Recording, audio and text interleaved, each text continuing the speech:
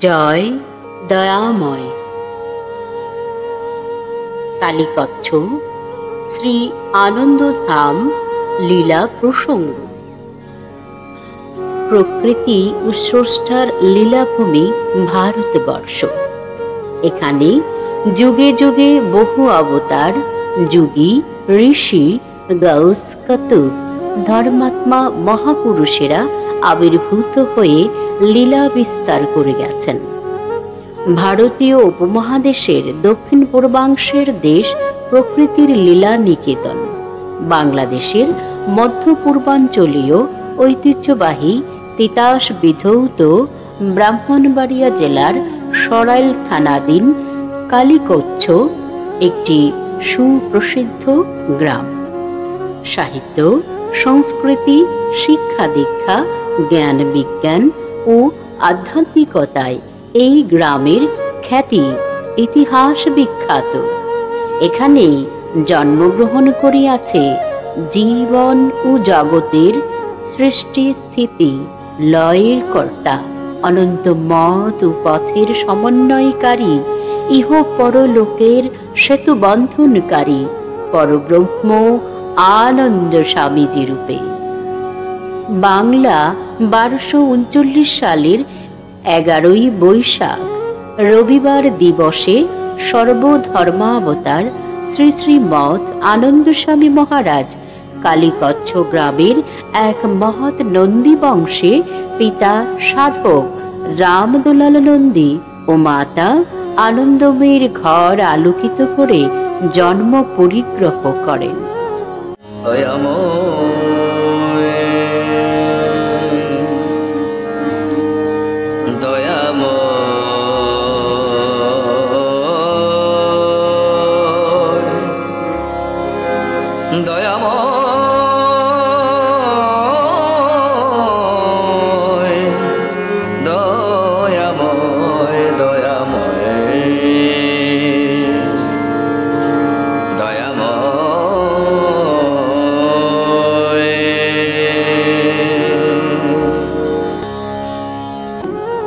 তাহার পিতা রামদুলাল নন্দী জগৎমাতা কালীর উপাসক ছিলেন।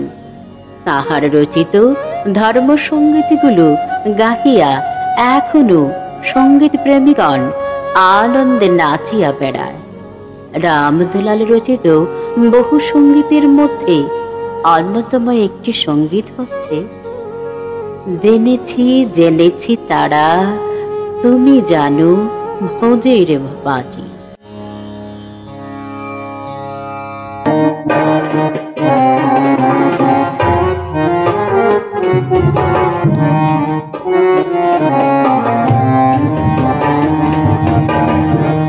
জেনেছি জেনেছি তারা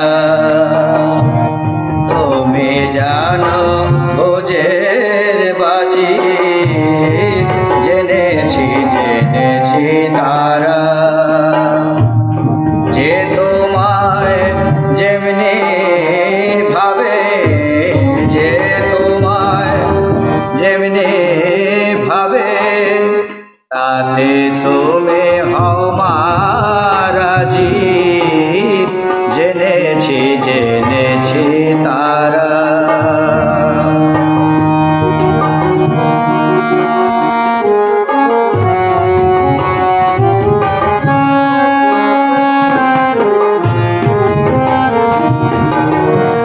মগে বলে ফারা তারা, বট বলে ফিরিঙ্গি যারা।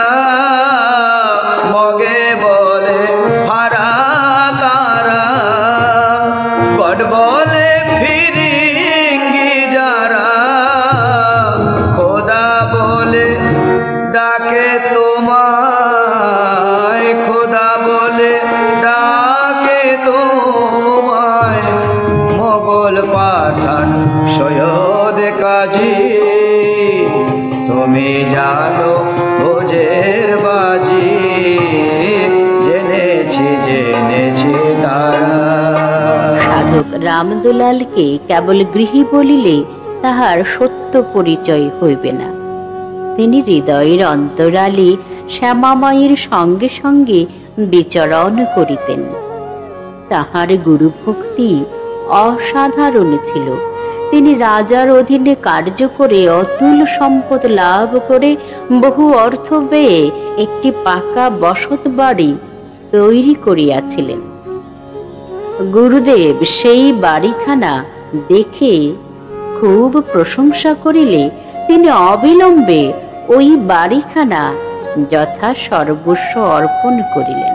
গুরুদেবের আপত্তি উজরেও কোনো ফল হইল না, বরং তিনি বলিলেন, গুরুদেব, আমার জীবন শ্রীপাদপদ্মে অর্পিত। আমি আপনারই। আমার যাহা কিছু আছে সকলই আপনার বলিয়া জানি, আর যাহা কিছু উচ্ছিষ্ট তাহাতেই আমি পরিতৃপ্ত। এ ভাব বড় মধুর। এমন গুরু প্রেম জগতে বিরল। তিনি সর্বদা আত্মসমর্পণের ভাবে কার্য করিতেন। তিনি সাক্ষাৎ গুরুদেব ও গুরুমাতাকে স্বয়ং ঈশ্বর ঈশ্বরীয় রূপে পূজা করিতেন। তাই তো তিনি তাহার পত্নীকে কাশীধামে যাওয়ার পরিবর্তে নিজের গুরুগৃহে গিয়ে তাদের সেবা পূজা করে কাশীর বিশ্বেশ্বর ও অন্নপূর্ণার আশীর্বাদ লাভ করার জন্য উপদেশ দেন। এই ঘটনা আমরা সকলেই অবগত আছি। এমন গুরু ভক্তি যার হইয়াছে সে নিশ্চয়ই এই বিশ্ব ছেড়েছে। দেব কি নর কিছুই তার সমান নহে। সাধক রামদুলাল একজন আত্মত্যাগী মহাপুরুষ ছিলেন। তাহার নিকট কেহ কোনো কিছুর জন্য প্রার্থী হইলে তিনি মুক্ত হস্তে দান করিতেন। তাহার হৃদয়ের গভীর সরল ভাব ও উদার মহিমার অনেক দৃষ্টান্তে তিনি মানবল্যার উচ্চতম শিখরে পৌঁছিয়াছিলেন। বিধায় ব্রহ্মাণ্ডপতি স্বয়ং তাহার পুত্ররূপে ধরাধামে অবতীর্ণ হন। এহ পরলোকে দয়াময় তুমি রাজা, এহ পরলোকে দয়াময়। শ্রী আনন্দের বয়স যখন 5-6 মাস, তখন একদিন প্রভাত সময় মা শিশুকে শয্যায় রেখে পাশে বসে আছেন। সহসা এক ভয়ঙ্কর বিষধর পালক সর্প দলানের প্রকোষ্ঠে প্রবেশ করে শিশুকে পরিবেষ্টন পূর্বক শিশুর মস্তকের উপর ফনা বিস্তার করিয়া দুলিতে লাগিল। মা সম্বিত হারা হইয়া চিৎকার করিলেন। পিতা রামদুলাল ঘটনা শুনিলেন ও মাতা জগন্ময়ীর আদেশ জানিয়াই বোধ হয় কপাট বন্ধ করিয়া চলিয়া যাইতে প্রসূতিকে স্বনির্বন্ধ আজ্ঞা করিলেন। জননী অগত্যা তাহাই করিলেন। মনে ভাবিলেন, শিশু আর বাঁচিয়া নাই। কিছু সময় পর ঘরে প্রবেশ করিয়া দেখেন কোথাও কিছু নাই। শিশু আনন্দে কমল হস্তপদ সঞ্চালনে শৈশব মোদে উপভোগ করিতেছেন। পিতা রামদুলাল নন্দী ধ্যানমগ্ন হইয়া ঘটনার তত্ত্ব অন্বেষণ করিয়া জানিলেন, বড় সৌভাগ্য, মা ঈশ্বরী স্বয়ং শিশুকুলে লইতে ভুজঙ্গিনী বেশে আসিয়াছিলেন। জগৎ পবিত্র হইল।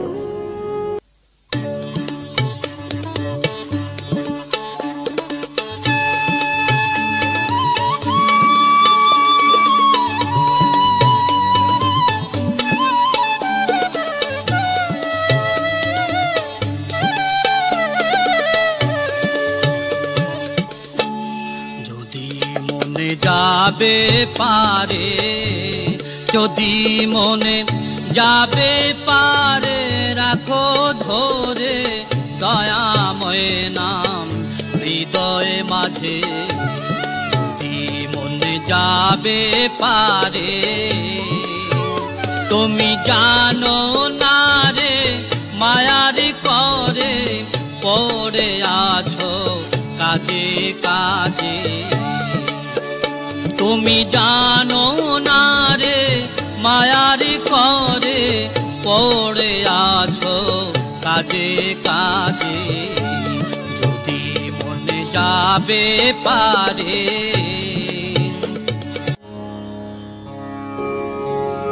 শিশু ভবিষ্যতে অভূতপূর্ব সমন্বয় প্রচার করিবে, এই কথা তিনি মৃত্যুর পূর্ব পর্যন্ত কাহারও নিকট ব্যক্ত করেন নাই।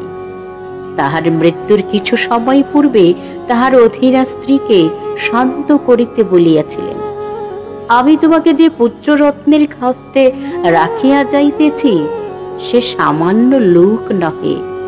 সে ভূমিষ্ঠ হওয়ার সময় মা স্বয়ং তাহাকে কোলে করিয়াছেন।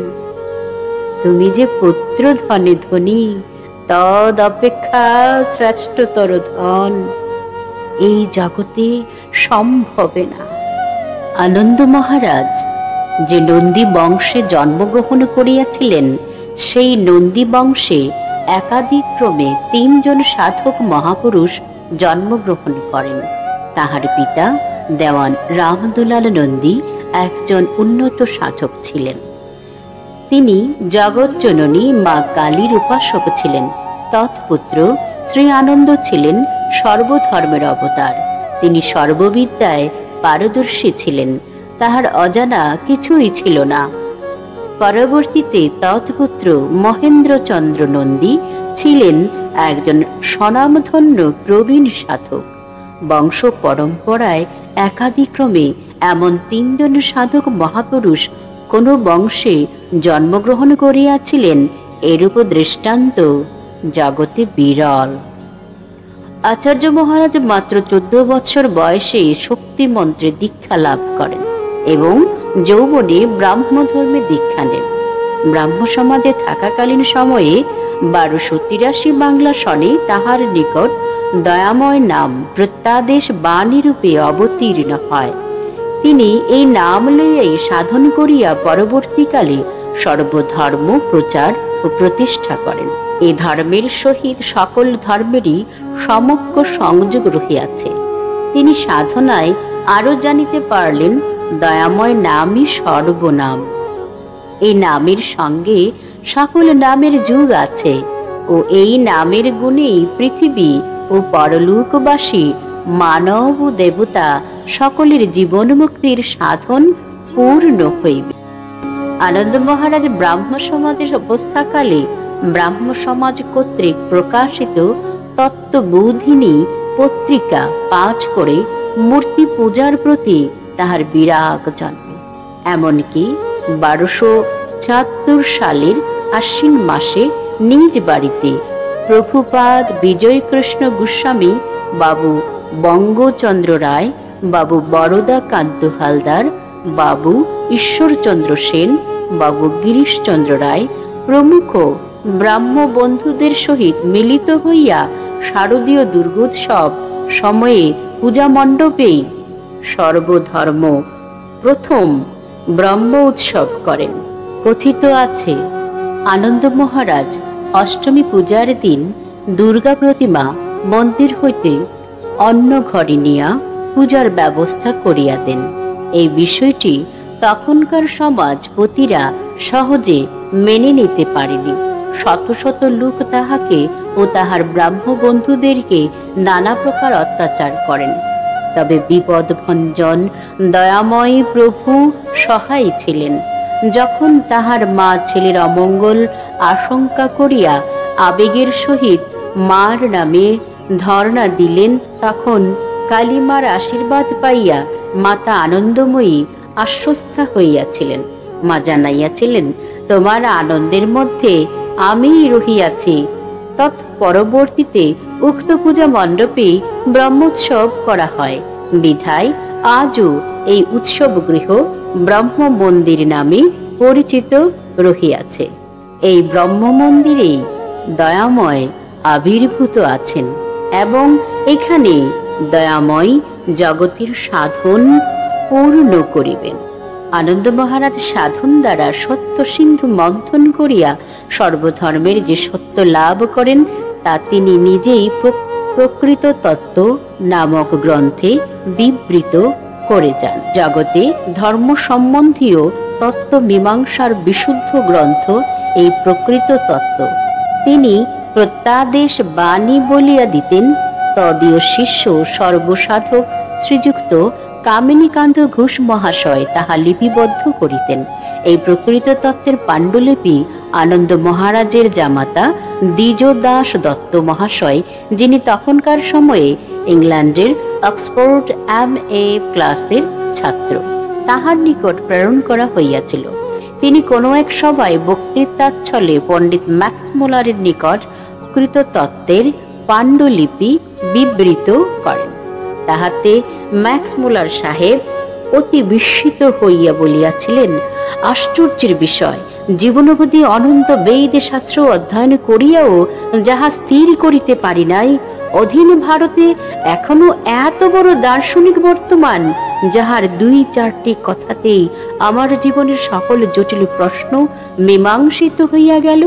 এই গ্রন্থই আদর্শ গ্রন্থ, ইহাই দয়াময় নামের সার সম্পদ।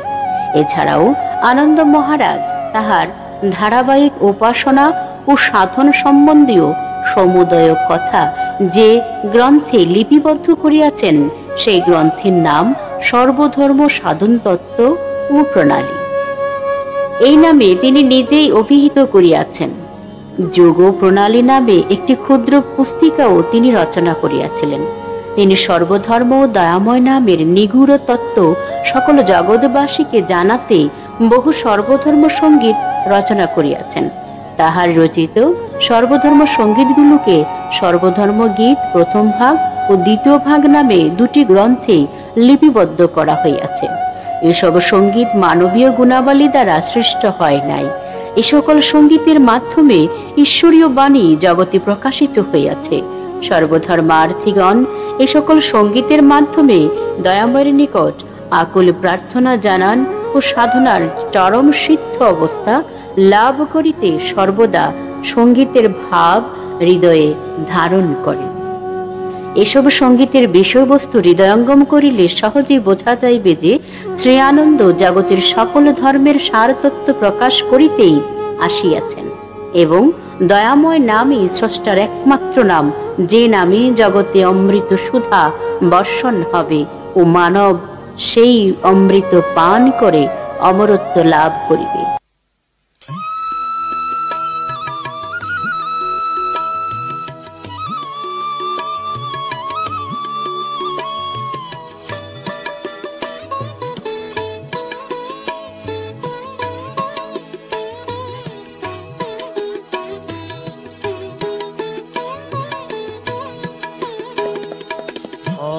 নায়ার সংসারে দয়াল নাম সাধরে, ভয় নায়ার সংসারে দয়াল নাম সাধরে, ভয় নায়ার সংসারে জীবের পরিত্রাণ শোভ বিধান দয়াময় রূপ সাগরে, জীবের পরিত্রাণ শুভ বিধান দয়াময় রূপ সাগরে, ভয় নায়ার সংসারে দয়াল নাম সাধরে, ভয় নায়ার সংসারে। আনন্দ মহারাজের জীবন মাধুর্য ভাবে পরিপূর্ণ ছিল। তিনি সর্বদাই সমাজের ঘৃণিত, লজ্জিত, অবহেলিত ও দুর্গন্ধময় কুষ্ঠরোগে আক্রান্ত লোক সকল দ্বারা পরিবেষ্টিত থাকিতেন। তিনি সকলকে সমভাবে প্রেম বিতরণ করিয়াছেন, কাউকে দোষী করিতেন না। তিনি জীবনে কখনো অন্য ধর্মের নিন্দা করেন নাই। তিনি জানিতেন কোন ধর্ম অবলম্বী বিপদগামী নহে, সকলেই পথ চলিয়া যাইতেছে। যাহার যেরূপ বিশ্বাস হইতেছে তাহাই তাহার জন্য নির্দিষ্ট ছিল বলিতে হইবে। এই নির্দিষ্ট ব্যাপার সাময়িক ঈশ্বরের মঙ্গল ইচ্ছার অধীন। প্রত্যেকের ইহার মধ্য দিয়া প্রস্তুত হইয়া প্রকৃত জ্ঞানের পথে আসিবে ও সময়ে সকলে প্রেমযোগে মিলিত হইয়া পরিত্রাণ লাভ করিবে। ইহাতে সন্দেহ করিবার কারণ কিছুই নাই।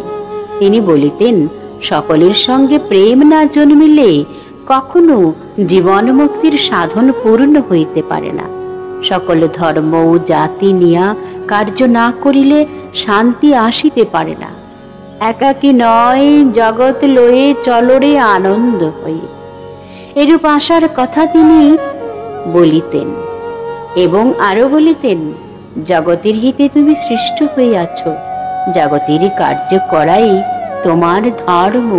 আনন্দ মহারাজের বিবাহ অল্প বয়সেই হইয়াছিল। তিনি দেখিতে রূপবান ও বলিষ্ঠ পুরুষ ছিলেন। তিনি বেজুরা নিবাসী স্বর্গীয় কাশীনাথ চৌধুরী মহাশয়ের কন্যা শ্রী শ্রী জয় দুর্গা দেবীকে পত্নী রূপে গ্রহণ করেন। জয় দুর্গা দেবীর শরীরের রং কালো ছিল এবং দৈহিক গঠন কিংবা চক্ষুর আয়তন সকলের ভক্তি আকর্ষণ করিত। তিনি স্বামীর অনুগামী হইয়া কার্য করিতেন। তিনি যেমন ভাবে ধ্যান করিতেন তাহার তুলনা ছিল না। সারা শরীর মন কাহার অন্বেষণে যেন কোথায় নিরুদ্দেশ হইয়া যাইত। প্রাতে উপাসনায় পতির সহিত বসিয়া কার্য করিয়া তাহার পাদুদক গ্রহণ করিতেন। সকলের জন্য দিবা রাত্রি পাখির কার্যে ব্যাপৃত থাকিতেন। সর্বদা লুক আসিত ও যাইত। অন্নপূর্ণার মতো শ্রীহস্ত সকলের অন্ন প্রস্তুত করিতেন। যা পাক করিতেন তাহা খাইয়া প্রত্যেকে পরম তৃপ্তি অনুভব করিত। সকলের খাওয়া হইলে শেষে তাহার আহার হইত। তিনি খাইলে পরে কেহ আসিল আর পাক করিবার নিয়ম ছিল না। উপাসনার কালে স্বামীর পার্শ্বে আসনস্থ হইয়া ধ্যানমগ্ন হইতেন। আনন্দ মহারাজ সর্বদাই স্ত্রীর সহিত যুগে কার্য করিতেন। স্ত্রী ব্যতীত একাকী সাধনকে অর্ধযুগ মনে করিতেন। স্ত্রী ও পুরুষের যোগই মুখ্য। এই নিয়ম না মানিয়া কার্য করিলে সাধন পূর্ণ হইতে পারে না।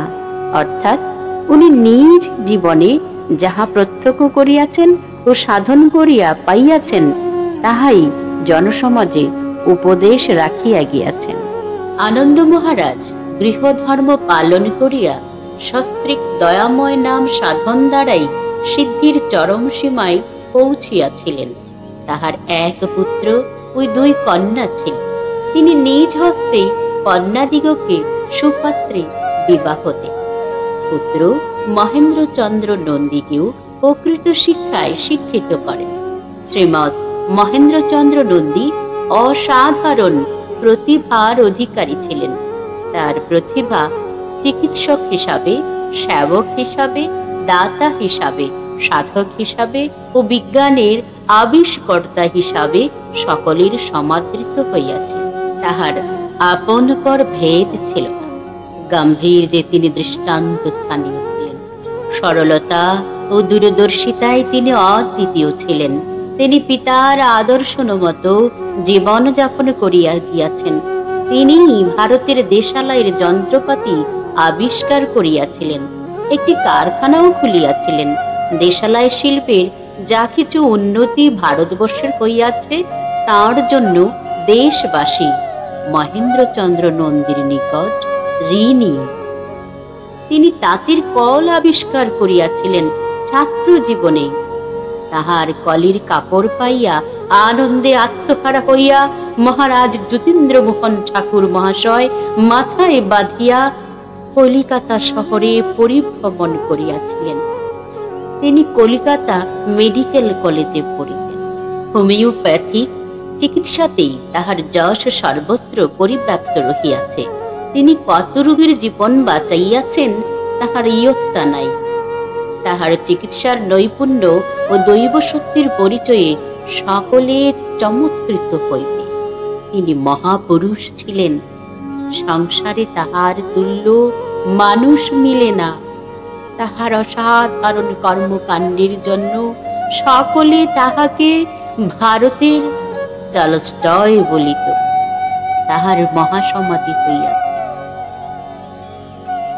বিপ্লবী উল্লাসকর দত্ত সাধক প্রবর ডক্টর মহেন্দ্রচন্দ্র নন্দীর ভাগিনা ছিলেন। শ্রী শ্রী আচার্য মহারাজের যে কয়েকজন ভক্ত তাহার শিষ্য হিসাবে তাহার পূর্ণ আদর্শ লইয়া জীবন গঠন করিতে প্রবৃত্ত হইয়াছিলেন, তাহাদের মধ্যে সাধক প্রবর ডক্টর মহেন্দ্রচন্দ্র নন্দী, মহর্ষি মনমোহন দত্ত ও শ্রীমৎ লবচন্দ্র পাল গুরু মহারাজই অন্যতম। তাহারা পরবর্তীতে মহারাজ আনন্দ স্বামীজির ধর্মকে সমগ্র জগতে প্রচার করার ক্ষেত্র তৈরি করিয়াছিলেন। তাদের মধ্যে শেষোক্ত শ্রীমৎ লবচন্দ্র পালই সর্বধর্ম মিশন প্রতিষ্ঠা করে জগতে আনন্দ স্বামী প্রবর্তিত সর্বধর্ম ও দয়াময় নামকে ইহ পরলোকে প্রচার প্রতিষ্ঠা করে গেছেন। শ্রী আনন্দ প্রায়ই তার শিষ্যদিগকে বলিতেন, আমার এই দয়াময় নাম যে প্রচার করিবে তার জন্ম চরঞ্চল, সে এখন বালক। সর্বধর্ম অবতার শ্রীমদ আচার্য আনন্দ স্বামী অধ্যাত্ম যুগ প্রিয়তম শিষ্য লবকে তত্ত্ব জ্ঞান উপদেশ করে তার মধ্যে জীবনোদ্ধারিণী গুরু শক্তি সঞ্চার করে দিয়েছিলেন। তাছাড়া আনন্দ মহারাজের পুত্র পরম ভক্তি ভাজন মহেন্দ্রচন্দ্র নন্দী মহাশয় তাহার পিতার তিরুধানান্তে একটি খাতায় 10,000-এরও অধিক স্ত্রী পুরুষের নাম লিখিত শিষ্য শ্রেণীভুক্ত দেখিয়াছেন। ইহাদের মধ্যে প্রচার কার্যেও অনেকে খ্যাতি লাভ করিয়াছিলেন। তাহাদের মধ্যে সর্বসাধক কামিনী কান্ত ঘোষ, প্রিয়নাথ দত্ত, দ্বারকানাথ দত্ত, গোপাল দাস বাবাজি, জুলমৌৎকারী, কুমারশীল, কৃষ্ণশীল, বিশম্বর নাথ, রাম দয়াল সাধু, গুল মামুদ, পঞ্চানন সাধু, চরণ সাধু, অন্নদা, সিদ্ধি সাধক, নবীন কাউলাদ, শিবনাথ চঙ্গ প্রভৃতি নাম উল্লেখযোগ্য। আনন্দ মহারাজের লীলার শেষ 13 বৎসরের মধ্যে অনেক দেশও পর্যটন করিয়াছিলেন। শিষ্যগণ দ্বারা আহত হইয়া কলিকাতা, মেদিনীপুর, চট্টগ্রাম প্রভৃতি এবং তীর্থ দর্শনাভিপ্রায়ে বৃন্দাবন পরিদ্যান, কুম্ভ মেলা ও পশ্চিম সমুদ্রের পার দ্বারকা ধাম পর্যন্ত গিয়াছিলেন। গাছতলাও সমাধিস্থান। 1301 বাংলা সন থেকে তিনি বাড়ির উত্তর পূর্ব প্রান্তে ঘোর জঙ্গলময় স্থানে এক আম গাছতলে যাইয়া বসিলেন। এখানে তিনি মহাসাধনে রত হইয়াছিলেন। গাছতলায় সর্বদাই যজ্ঞাদি হইত। কয়েকদিন পর্যন্ত যজ্ঞাগ্নি কখনোই নির্বাপিত হয় নাই।